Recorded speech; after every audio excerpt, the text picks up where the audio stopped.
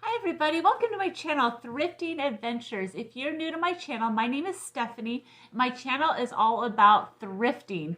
So today I'm going to talk about my temporary antique space I have in Vancouver, Washington. Now this is a temporary space and just recently I learned it's very temporary. The lease was supposed to go until the end of June, but unfortunately a business is going to be moving in, a permanent business. They haven't said what business.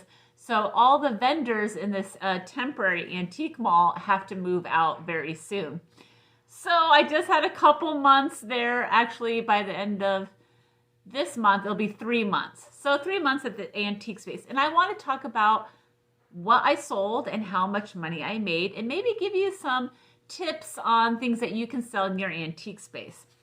So for the first month, which was February, I made, and what I mean by made is the check that I took home. So with this antique space, you have rent and then you pay commission fee.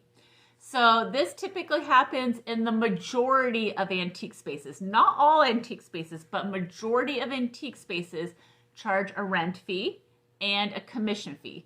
This is how the owners of the antique mall make their money because you're basically sharing a space. So that rent is, paid for that space, and then the commission is how, they make their money. So at this space, I pay my rent, which is like $180, and the commission is 15%. This ranges from space to space, from state to state. Sometimes people only pay 5%. I've seen it where places charge like 22% commission, maybe 25% commission. So it really depends. What I've noticed here in Washington, it's anywhere from 10 to 17% around that area. So my check that I got was $221.62. So the sales I made was $472.50. So you're subtracting the rent, you're subtracting the commission fee. So that is the check that I received. That is pretty good for me. Anything over $200 I feel is really good. Now, if you're asking how much did I spend on all these items, I do not spend a lot. I buy most of my items from either the bins, which is the Goodwill outlet where you pay by the pound, so a lot of items are very cheap, or either garage sales, some things I get for free. So once in a while I will pay retail at Goodwill and mark it up, and that also makes my space look good. But so if I'm making like $175 profit, that's good to me. That is a week's worth of groceries, so I'm happy with that.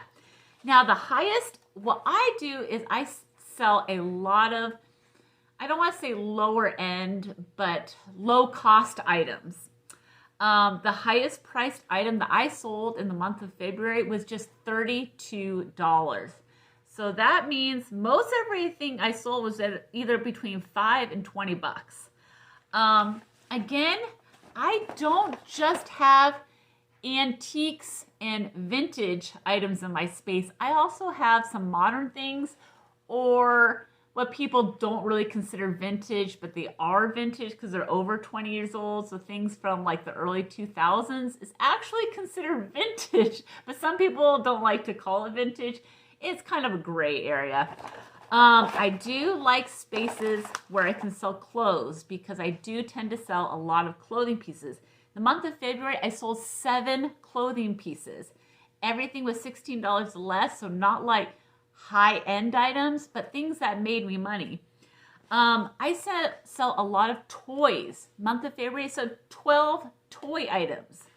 And that was ranging between $3 and $12. I did sell some mystery bags. I noticed in other spaces they were selling mystery bags. Sometimes it's themed mystery bags like jewelry or Disney or vintage decor. So I had a couple varieties of mystery bags. Some were Disney mystery bags, and I would put anything Disney related, like a few Disney toys, a Disney postcard, you know, vintage postcard, maybe a little Disney top. And I priced the mystery bags $8.50, and then I kind of raised the price to $8.95. And I sold 4 mystery bags in the month of February. And I did sell every day except for 5 days. So I sold something, sometimes one or multiple items every day. And I sold a total of 49 items in 1 month. So that added up quite a bit because my sales were like $472.50. Some of the things I sold that you might be surprised, I sold a Beanie Baby for $2.50. I know people say don't pick up Beanie Babies. Sometimes I will, especially if it's like a rare animal, and I sell them for really cheap. So if I find them at the bins for like 50 cents, sell for $2.50, and make like, I don't know, a couple bucks profit. I did sell some pottery, like a pottery vase. I don't typically like to put a lot of pottery into my space. I like to have a variety, but I did sell a pottery vase for $12. And this could be like project pieces or pieces from boutiques, or it could be store-bought, but I usually like more of the vintage pottery pieces or the well done project pieces. So that's how I did in February. And the weather wasn't always that great, so I was kind of surprised. Now, for March, I did just a little bit better, but around the same. I made almost $500 in sales, $497.25. So my check was $242.66. Again, around $250, just under $250. So I don't know. And again, all my items were cheaper items, but I sold a lot. I sold 45 items. So I'm in the 40 range for the month of March. Again, I sold a lot of toys. I sold things like a Spider-Man action figure, a My Little Pony, a horse figurine. I sold a grab bag of Barbies, Barbie clothes. I sold a Toy Story Woody little toy. I sold clothes too. I sold vintage sweaters, meaning vintage sweaters like from the 70s, 80s, and 90s. That kind of tends to sell for me better. I sold little Shopkin toys. Shopkins, you can look that up. Again, I sold more grab bags, and they were $8.95. Oh, $8. I think I priced them $8. I think I raised them the end of the month to $8.95 when I made new ones. Yeah, and I sold like vintage playing cards from the 70s. I sold some wood bowls, like wood bowls that are kind of more rustic and stuff. I even sold wood bowls that are sold in department stores, newer too. So things like that. I sold a couple purses. I sold metal TV trays. Who remembers TV trays? These were silver metal TV trays. And I sold a couple of them for $36. That was kind of on the lower end for prices. Sometimes they're priced a little bit higher. These were kind of retro ones from the 70s, 80s. But I wanted to sell them fast, and that's why I lowered the price on them. But yeah, so I did sell a lot. So for my tips on if you open an antique space, don't focus just on home decor and don't focus on large, expensive pieces.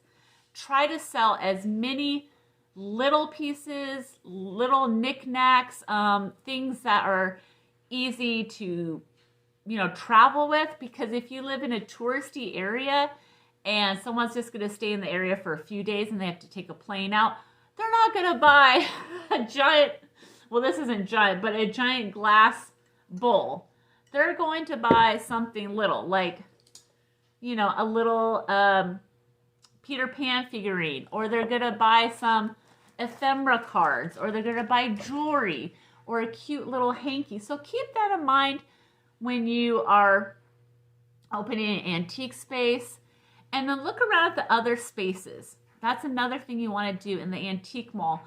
And what is missing from the antique mall? If there's a lot of mid-century mid-century kitchenware and decor, maybe go a different direction and have a little bit of mid-century, but also have something else like bohemian stuff or Victorian items, or maybe there's no jewelry in this antique space and a space really needs jewelry, you know, because people are like, where's the jewelry? So fill that void. So make sure you fill that void.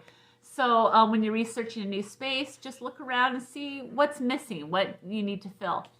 Another thing I recommend is have a variety.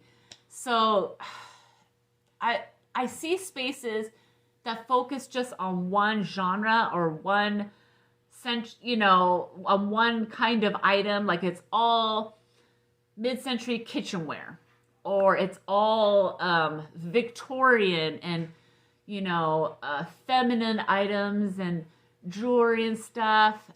I feel like you will sell more if you have a huge variety because it just looks better for a wider audience. So try not to limit yourself to just one specific kind of genre and stuff.